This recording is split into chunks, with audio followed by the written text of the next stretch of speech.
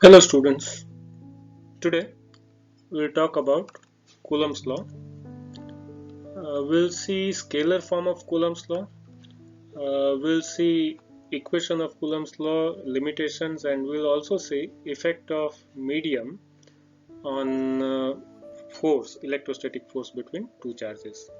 So let us start.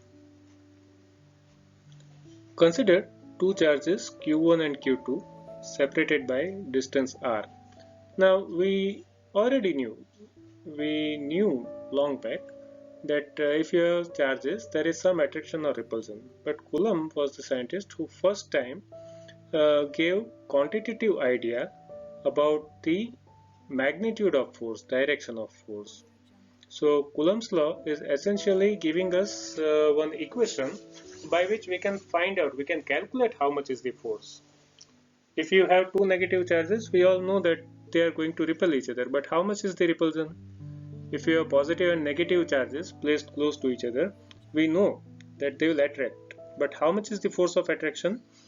That we can find out using Coulomb's law.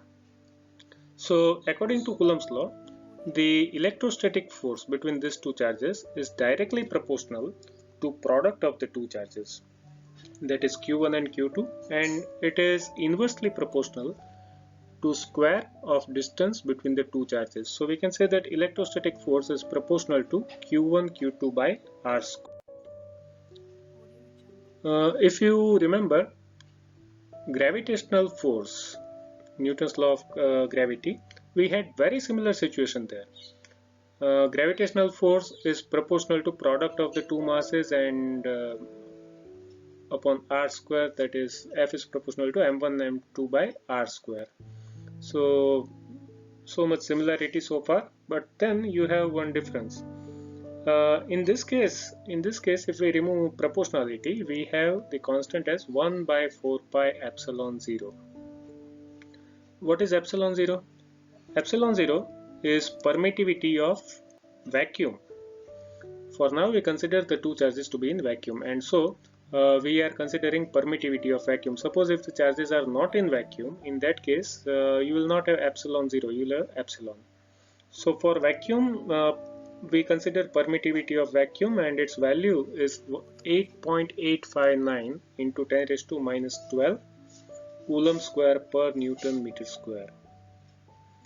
So most of the time we have our charges in vacuum. Suppose if charges are in air, permittivity is almost same, and so we use epsilon 0 for air as well.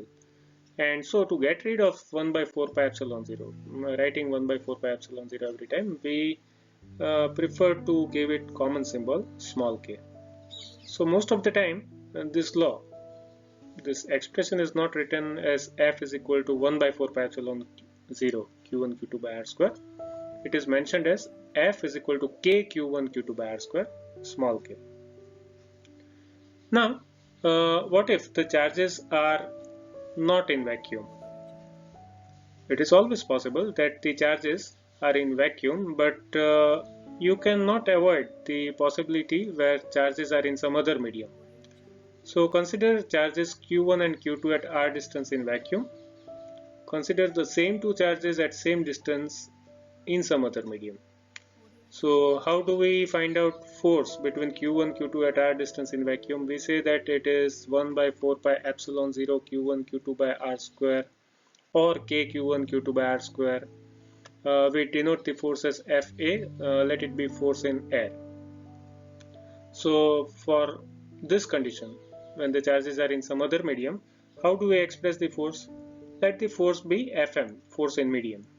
So we can express Fm as 1 by 4 pi epsilon, look at this, epsilon, q1 q2 by r square.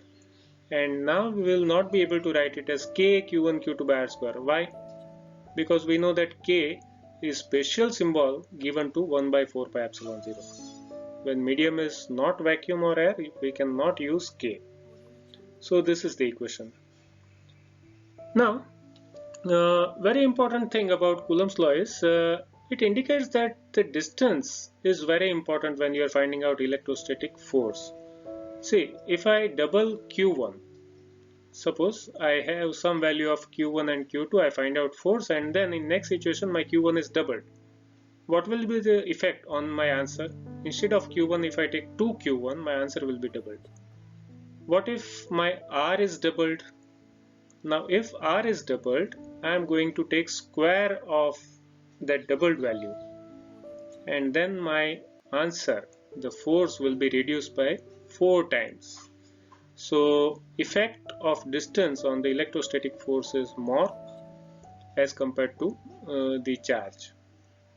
So suppose if you are told that distance between the two charges is made 3 times, what will happen to the force? If you take 3r and then if you take square of that, you will have 9r square, which indicates that force will be reduced by 9 times. And consequently, you can find out change in the force for other values of r and q. Now let us try to find out relation between force, electrostatic force when charges are in medium with the electrostatic force when charges are in air. So here we have two equations, and now I'll take ratio of Fm and Fa. What you will have if you take ratio? So Fm by Fa will give us epsilon 0 by epsilon. What is epsilon 0? Permittivity of vacuum, permittivity of the given medium, whatever it may be. Now there is a special quantity defined in electrostatics which is called relative permittivity or dielectric constant. Relative permittivity is symbolized by epsilon r and dielectric constant is given symbol capital K. This is something we need to be very much careful about. So how this quantity is defined? Epsilon r or K is the ratio of epsilon by epsilon 0. What is epsilon? Permittivity of given medium to permittivity of vacuum. So basically it is the dielectric constant is a quantity which gives us idea about how much is the permittivity of given medium more as compared to vacuum. It is comparison of permittivity of medium with vacuum. So let us use equation 4 in 3, and then I have Fm by Fa is equal to 1 by K, or else I can say that force in medium is K times less as compared to force in air. So I have say two charges in some medium, and I know that the dielectric constant of medium is 2. I also know that force between the two charges in air is 10 Newton. So what do I conclude? If in air the force is 10 Newton, and now if I place the two charges in medium with dielectric constant 2, I have 10 Newton by 2, so 5. The force will be 5 Newton when the two charges are placed in this medium. So force is reduced by 2 times. That is what it means. Here I would like to mention that dielectric constant of metal is infinite. What does it mean? Try to figure out the answer by yourself. So now here we have some relative permittivity of some material given. Look at the glass. Different types of glass have value ranging from 3.7 to 10. Water is having value normally around 70, but it always depends on the impurity level. For air, look at this. Air is having 1.00059 relative permittivity. So here I can say that for this barium strontium titanate, if relative permittivity is 500, it means that in this medium, if we place two charges, the force will be 500 times less as compared to the force when the two charges are placed in vacuum. So let us conclude. So now we know that Coulomb's law says that electrostatic force between two stationary point charges is directly proportional to the product of the two charges and inversely proportional to square of distance between the two charges, and its expression is 1 by 4 pi epsilon 0 k q1 q2 by r square. Again, I would like to highlight that this k is applicable only when the medium is air or vacuum. And if it is not vacuum, then we prefer 1 by 4 pi epsilon. We go with this. You cannot use K. Okay, it's not our choice. We cannot use this. Then this statement is also giving us two limitations of where are the limitations? Here are the limitations. Here are the limitations. This is first limitation and this one is second limitation. So first limitation says that Coulomb's law is applicable only when the charges are stationary. Second limitation says that it is possible to apply Coulomb's law only when the charges are point charge. So suppose you have